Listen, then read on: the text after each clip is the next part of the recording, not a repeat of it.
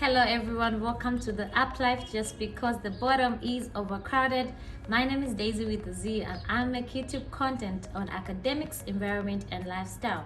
So today I'm fully dressed in my personal protective equipment, my full PPE.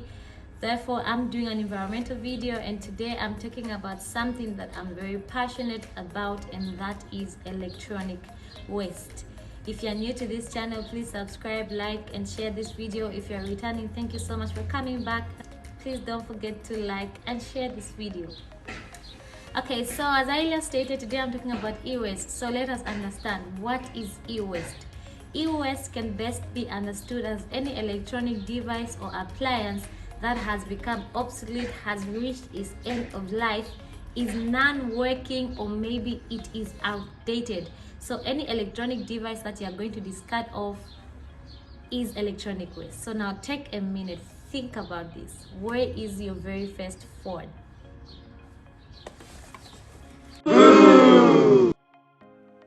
Where is that old extension cable? Where is that old hair straightener, hair toner, whatever, those chargers? Where are they? That old TV that just one day went off and couldn't go on, where are they?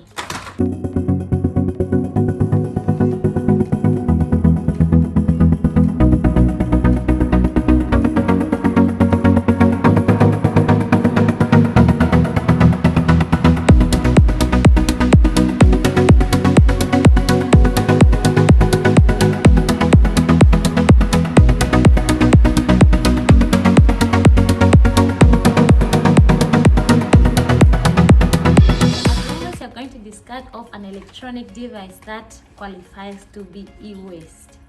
But why are we talking about e-waste today? So e-waste is classified as hazardous waste because of the components that are used to make those electronics.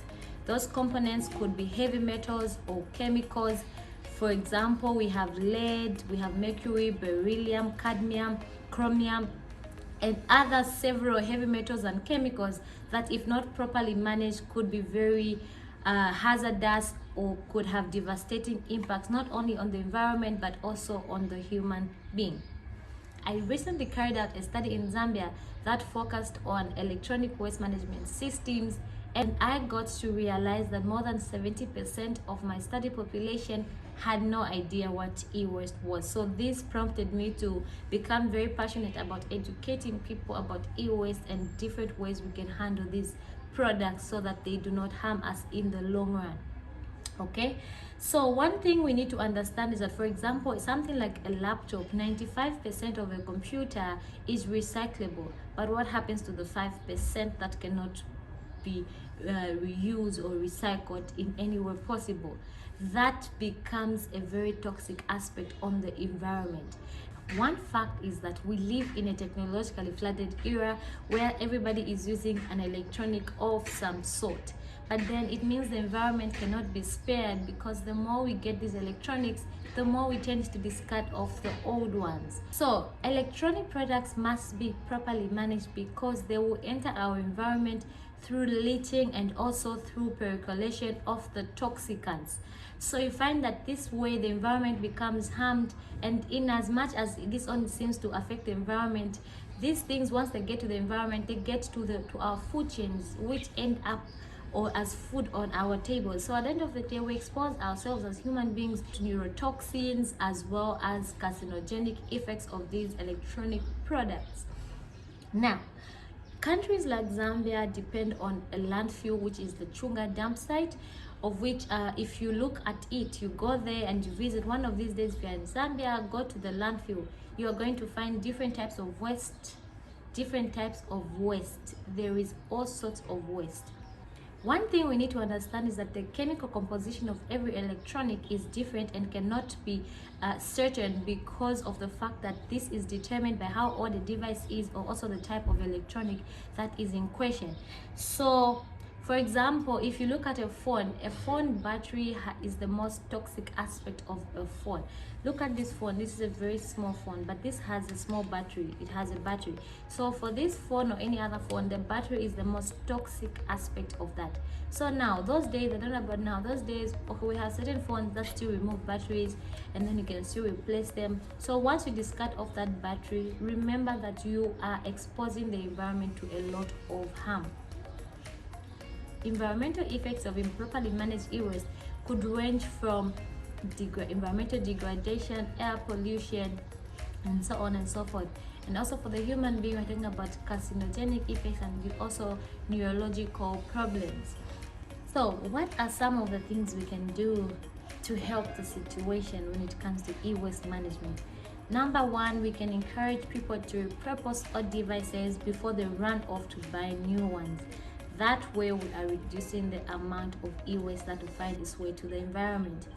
The other thing is that we can encourage the buying of Energy Star rated devices, which would seem expensive, but these are very sustainable because they are meant to be user friendly and also environmentally friendly. So please let us make sure we buy Energy Star rated devices.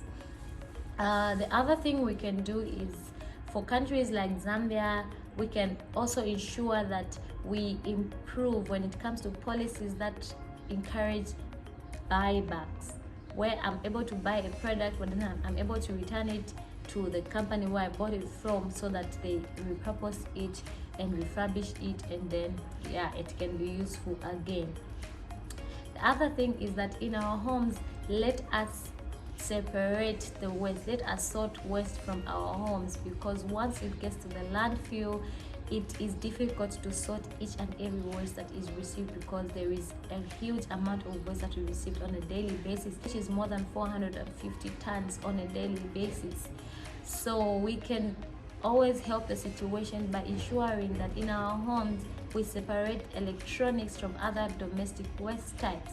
So one thing I have come to realize is that people have what we call, we could term as electronic graveyards, where we keep these electronics in our drawers, in our bags, and then one day they just disappear, or we just throw them away. We need to be more concerned about where these actually end up.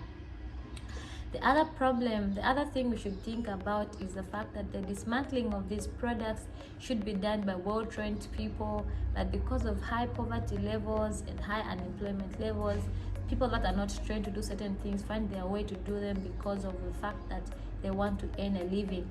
In many developing countries, children are found dismantling e-waste electronic products, and then that means that this exposes them to a lot of toxic and long life health repercussions. The other thing we can do as a country is that we can introduce a national e-waste registry, where we can monitor the flow of electronics and also e-waste products. It is very imperative that we do this, because if we're not able to account the amount of electronics that we receive as a country, it will be impossible for us to account for the amount of e-waste that is generated and deposited to the environment.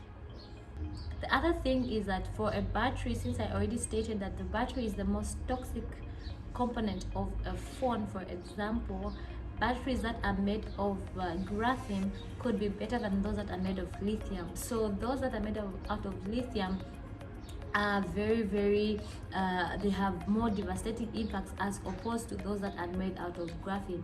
So we can encourage those types of products even as we import these electronics to our country.